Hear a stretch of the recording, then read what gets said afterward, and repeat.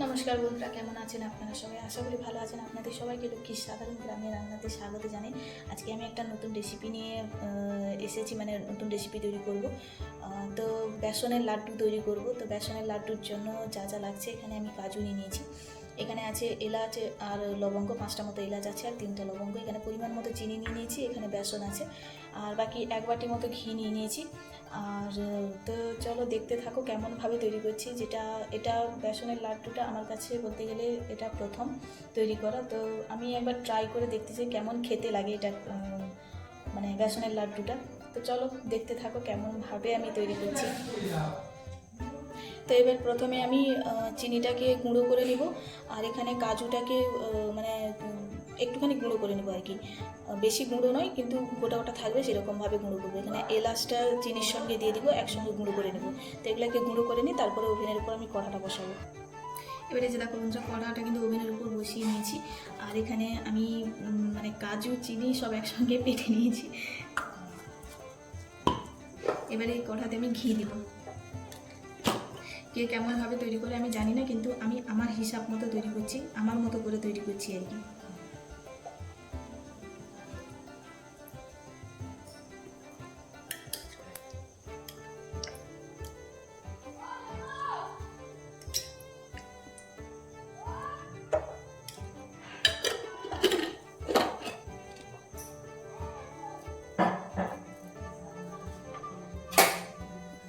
মনে হয় ঘিটা বেসনের থেকে অতিরিক্ত হয়ে গেল, মানে বেসন যতটুকু আছে ঘিটা মনে হয় অতিরিক্ত হয়ে গেছে।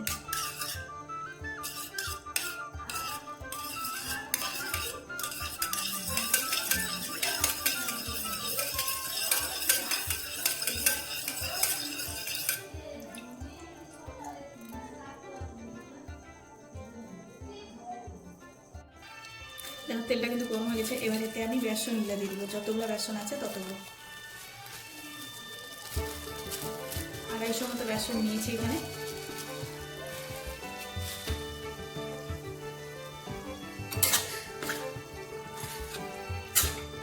তো এবার এটাকে আমি বেশ ভালোভাবে ভাজতে থাকবো।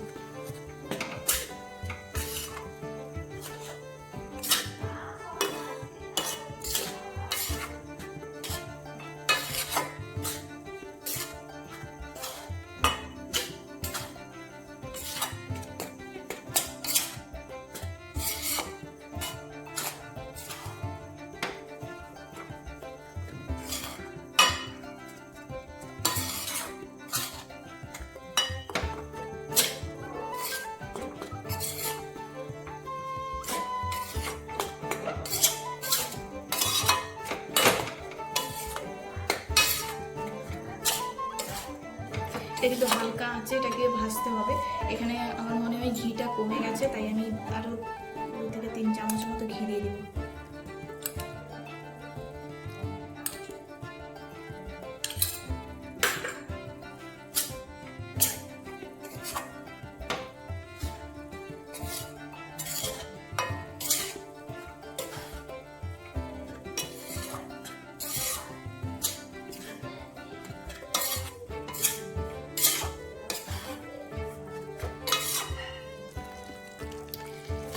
এই যে দেখো, আমার মনে হয় এখানে একটু ঘিটা একটু বেশি হয়ে গেছে।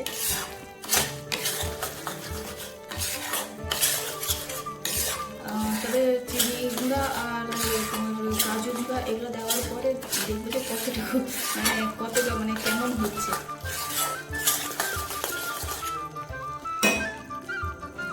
তো এটাকে আরও কিছুক্ষণ আমি ভেজে নেব। এই দেখো বন্ধুরা, আমি কিন্তু নেড়ে নিয়েছি। এবারে এতে আমি যে পাউডারটা করে রেখেছিলাম, এই পাউডারটা দিয়ে দেবো।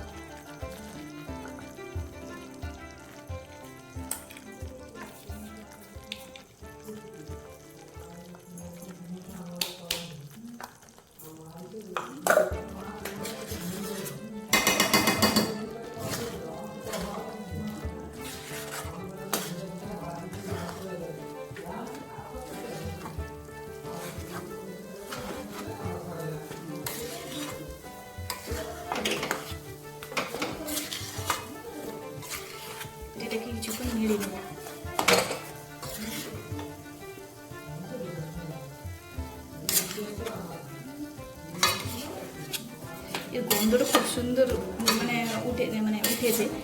গন্ধ তো খুব সুন্দর লাগছে, কিন্তু খেতে কেমন হবে সেটা আমি এখনো জানি না, যেহেতু এটা আমার প্রথম তৈরি।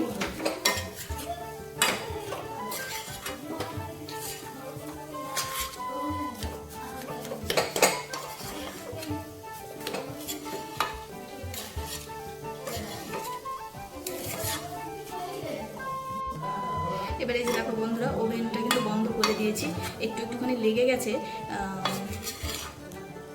এবার এটাকে নামিয়ে নেব, নামিয়ে ঠান্ডা করে নেব।